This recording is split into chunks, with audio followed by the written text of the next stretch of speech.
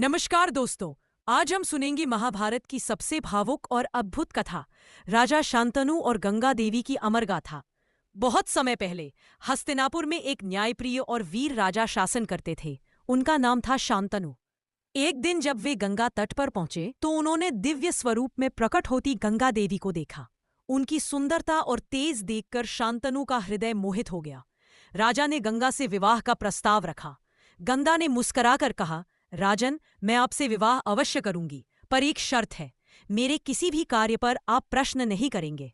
शांतनु ने तुरंत ये शर्त स्वीकार कर ली और उनका विवाह हो गया। विवाह के बाद जब जब गंगा ने शिशुओं को जन्म दिया, वे उन्हें नदी में बहा देती। राजा शांतनु का हृदय पीड़ा से भर जाता, लेकिन वचन की मर्यादा ने उन्हें मौन रहने पर मजबूर किया। परंतु जब 8वां शिशु हुआ और गंगा उसे भी नदी में प्रवाहित करने लगी, तब राजा स्वयं को रोक न सके। उन्होंने व्याकुल होकर कहा, गंगा, यह कैसा पाप है? मैं अब और चुप नहीं रह सकता।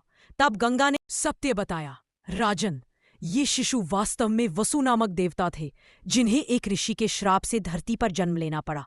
मैं ही उन्हें उनके श्राप से मुक्त कर रही थी, लेकिन अब जब आपने मेरा रहस्य पूछ लिया है, मुझे लौटना होगा। ये 8वां शिशु आपका पुत्र है, देवव्रत, जो आगे चलकर भीष्म पितामह के नाम से प्रसिद्ध होगा। गंगा ने शिशु को राजा को सौंपा और स्वयं पुनः गंगा नदी में विलीन हो गई। राजा शांतनु आंसुओं से भरे नेत्रों के साथ अपने पुत्र को हृदय से लगाए बैठे रहे। इस प्रकार जन्मे गंगा पुत्र भीष्म, त्याग और वचन की प्रतिमूर्ति। उनकी गाथा सदियों तक अमर रही। यही है शांतनु और गंगा की अमर कहानी।